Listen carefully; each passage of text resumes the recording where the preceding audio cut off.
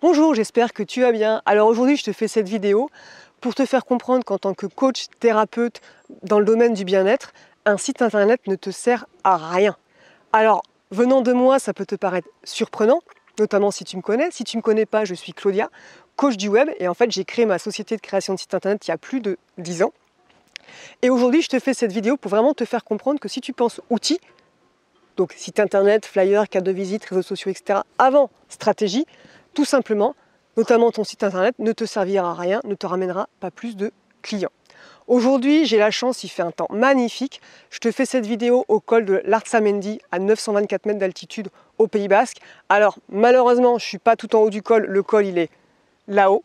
Il y a un vent de fou aujourd'hui et faire cette vidéo tout là-haut, ça aurait été tout simplement indigeste pour vous en termes d'audio. Déjà que je sais que j'ai pas un son terrible, donc j'ai dû redescendre un petit peu pour pouvoir me poser et faire cette vidéo. Alors, je suis montée en vélo électrique, voilà, tout là-haut, c'était assez chouette, c'était une belle aventure. Mais si j'aurais voulu monter ce col avec un vélo sans assistance électrique, même en achetant le super vélo à plus de 20 000 €, je n'aurais jamais pu monter ce col sans entraînement, sans plan d'action, sans stratégie en amont. C'est la même chose. Tu veux te lancer à faire un marathon, tu ne te lances pas à faire un marathon parce que tu as de jolies baskets ou une super tenue flashy. Non, pour faire un marathon, tu vas te programmer un entraînement plusieurs mois à l'avance avec une véritable stratégie pour pouvoir faire ton marathon. Et aujourd'hui, malheureusement encore, beaucoup d'entrepreneurs ont une image en tête, c'est je fais mon site internet parce que c'est l'outil indispensable, parce que c'est professionnel, parce que tout le monde me dit que c'est l'outil indispensable. Non, si tu commences par créer ton site internet, tu vas tout simplement te planter. Si j'avais voulu aujourd'hui partir monter le col de l'Artsamendi en vélo normal sans assistance électrique, je me serais épuisé, j'aurais abandonné en cours de route, pour pas te mentir, je pense dès le début parce que ça monte très raide au début, et j'aurais pas atteint mes objectifs. C'est pareil en tant qu'entrepreneur. Il te faut un plan d'action, une stratégie en amont avant de penser à tes outils. Alors c'est quoi une stratégie? C'est tout simplement qui es-tu? Qui tu es? Qu'est-ce que tu veux faire? Quelle est la vision de ton entreprise à court, moyen et long terme? À qui veux-tu vendre? Quelles sont les problématiques de tes clients? Quel est ton client idéal? Et toi, qu'est-ce que tu proposes pour répondre à ces problématiques? Il faut vraiment que tu te poses en amont. Et beaucoup de personnes me disent « Ouais, mais penser une stratégie en amont, non, c'est une perte de temps. » Pas du tout. Penser outil avant stratégie, c'est une perte de temps et une perte d'argent. Tu vas dépenser du temps et de l'argent dans des outils qui vont peut-être ne pas te servir par la suite. Par contre, penser stratégie avant va te permettre vraiment de comprendre qui est ton client idéal. Et ça, c'est très important. Connaître son client idéal, ça veut dire quoi? Ça veut dire qu'est-ce qu'il veut, comment il parle, en quoi je puisse réellement l'aider. Et derrière, dans ta stratégie, tu vas pouvoir ainsi définir comment je vais lui parler. Tout bêtement, est-ce que c'est le tutoiement, le vouvoiement? Peut-être aussi voir des couleurs. Peut-être qu'il y a des couleurs qui sont plus en adéquation avec ta cible que d'autres. Donc ça peut définir ta charte graphique, ton logo, etc. C'est pareil, comment je vais lui parler. Ça va définir ton langage au niveau de tes posts des réseaux sociaux, de tes articles de blog.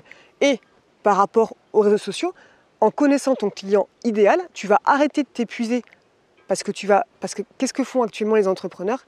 Ils postent à tout va sur tous les réseaux sociaux, les articles de blog, etc. Alors, j'ai pas dit qu'il ne fallait pas faire d'articles de blog et qu'il ne fallait pas poster sur les réseaux sociaux, mais il faut faire ça intelligemment. Et intelligemment, ça veut dire quoi? Ça veut dire connaître son client idéal. Quand tu connais ton client idéal, tu vas savoir sur quel type de réseau il est. Et peut-être qu'il n'est pas du tout sur les réseaux sociaux, ou peut-être qu'il est sur qu'un ou sur deux. Donc c'est vraiment important de définir ta stratégie en amont et de penser stratégie avant outil. Je donne un exemple concret. Il y a quelques temps, j'ai rencontré Eugénie de l'entreprise Kogomochi. Donc elle a créé son laboratoire pour faire et vendre des pâtisseries japonaises. Elle a donc aussitôt contacté des professionnels pour créer son site internet. Elle a eu plusieurs devis, notamment des devis à plus de 5 000 €, qui correspondaient en fait à sa demande. Elle voulait un site internet, un site e-commerce avec plein de fonctionnalités. Elle m'a contacté aussi pour lui créer un devis et quand on s'est vu en rendez-vous, ce que je lui ai demandé, mais Eugénie, c'est quoi ton projet? Qu'est-ce que tu veux faire? C'est quoi ta vision de ton entreprise? Qu'est-ce qui t'enthousiasme autant à réaliser de la pâtisserie japonaise? Et comment tu vois ton entreprise à court, moyen, long terme? Quel est ton client idéal? Et en discutant comme ça, elle s'est rendue compte qu'elle n'avait pas du tout pensé stratégie avant, qu'elle s'était lancée de suite dans les outils de communication, de marketing. Et en discutant, on s'est rendu compte qu'en fait, Eugénie a son laboratoire pour créer des pâtisseries. Et elle, ce qu'elle veut, c'est vendre directement ses pâtisseries à des professionnels, en B2B, à des restaurants, à des boulangeries, etc. Mais elle n'a pas de boutique physique pour vendre. Elle veut quand même avoir une boutique en ligne, un site e-commerce en ligne, si jamais il y a des particuliers qui veulent acheter ses pâtisseries et venir les récupérer au laboratoire. Elle souhaite aussi participer à des événements locaux, donc en physique, pour vendre ses pâtisseries. Donc au final, en discutant avec elle, elle n'avait pas du tout besoin d'un gros site e-commerce avec plein de fonctionnalités. Elle a besoin simplement d'un site vitrine qui représente qui elle est, qu'est-ce qu'elle fait, quelles sont les valeurs et qu'est-ce qu'elle peut apporter avec ses pâtisseries aux professionnels. Et elle voulait quand même une petite boutique en ligne, et comme elle utilise ce qu'on appelle le terminal SumUp pour que ses clients payent par carte bancaire, SumUp propose de créer des boutiques e-commerce gratuitement. Je vais juste laisser passer la voiture. Voilà, donc SumUp en fait propose de créer des boutiques en ligne gratuitement. Donc du coup, on lui a créé, je lui ai créé un site vitrine à 850 € et derrière, elle va mettre en place sa boutique en ligne très facilement sur SumUp gratuitement. Donc en pensant stratégie, en se posant, elle a évité tout simplement de dépenser de l'argent inutilement dans des outils qui étaient certes un tarif qui correspondait au devis, là il n'y a pas de souci, mais qui ne correspondait pas du tout à la cible, à la clientèle d'Eugénie. Donc c'est pour ça que c'est vraiment important de se poser et d'arrêter de penser outils avant stratégie. Vous allez gagner beaucoup de temps. Et des exemples concrets en termes de cible, par exemple de niche, avant en fait, de me lancer à mon compte, j'étais salarié dans une agence web au tout début de la création de cette entreprise. Et en fait, le gérant ne réalisait des sites internet que pour les diagnostiqueurs immobiliers. Une niche vraiment très ciblée. Mais il savait à qui il parlait, il savait ce que c'était un DPE, un diagnostic immobilier, etc. Il savait parler à sa cible, il savait qui était son client idéal. Et bien, plus de 10 ans après la création de son entreprise, aujourd'hui c'est une agence web qui a plus de 20 salariés, qui a je ne sais pas de combien de clients et qui ne réalise pas que des sites internet, mais tout un panel d'outils de communication pour les diagnostiqueurs immobiliers. Et aujourd'hui, c'est la référence nationale pour les diagnostiqueurs immobiliers. Alors, si cette agence avait été une agence web lambda, sans cible, sans trouver vraiment sa niche et son client idéal, elle ne serait certainement pas là avec le résultat qu'elle a aujourd'hui. Il y a un autre exemple que j'adore, j'ai plus son nom en tête, je vous le mettrai dans la description. Je crois que c'est Ted Agrave, qui en fait aide les hippies dans leur stratégie marketing. Alors vous allez me dire waouh, mais en fait ça marche. Il sait à qui il parle, il a un langage, des images, etc. Enfin sur son site internet qui vont parler aux hippies et il va aider les hippies dans leur stratégie d'entreprise, de création d'entreprise, d'assaut, etc. à monter des projets. Et c'est vraiment une niche très spécifique, mais ça fonctionne. Il ne faut pas penser. Moi j'ai beaucoup d'entrepreneurs et moi la première en me disant ouais mais si je cible trop, je vais perdre des clients. Je suis trop ciblé donc je vais pas m'ouvrir assez aux autres. Non, au contraire, ciblez très précis votre client idéal, ça ne vous empêchera pas de vendre à d'autres personnes qui ne sont pas forcément dans votre niche. Mais c'est vraiment important de vous poser là-dessus. N'oubliez pas une phrase que Cécile, avec qui je travaille, qui est spécialiste en stratégie marketing, dit souvent. Si tu veux vendre à tout le monde, tu vendras à personne. Et ça, c'est sûr. J'en vois encore de nombreuses personnes à qui je crée des sites internet qui n'ont pas pensé stratégie avant, créent leur site internet, en attendant que ça se passe, ils ont un super site, ils ont un super formulaire de contact, ils sont aussi bien référencés, mais comme le message est pour monsieur tout le monde, le message, il ne parle pas au client idéal, il ne te parle pas, il ne parle pas à tes clients. Donc c'est pour ça que c'est vraiment important de te poser. Tu gagneras énormément de temps et d'argent.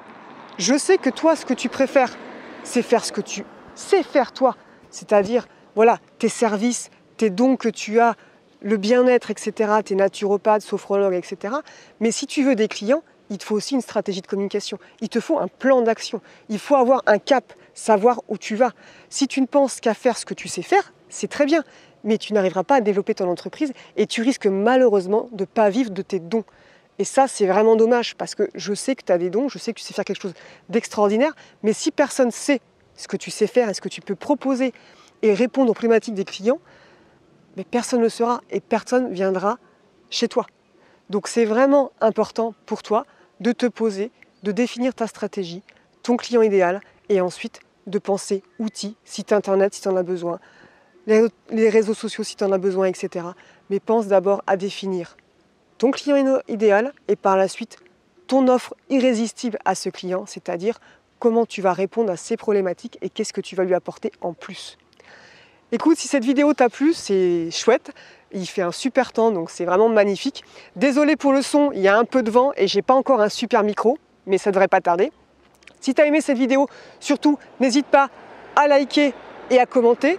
Déjà, moi, ça me fera plaisir par rapport à mon travail, mais il faut aussi savoir que quand tu likes et quand tu commentes une vidéo, ça permet d'optimiser le référencement de cette vidéo dans les moteurs de recherche, notamment de YouTube et de Google. Et surtout, si tu as envie d'aller plus loin en termes de stratégie et d'aide, en termes de stratégie et aussi d'outils, n'hésite pas à me contacter. On a mis en place avec Cécile des formations spécifiques pour les thérapeutes coachs dans le domaine du bien-être, pour leur apporter tout simplement du business, mais tout en zénitude. Et on a appelé ces formations Business Z. Je te remercie et je te dis à plus tard. Ciao.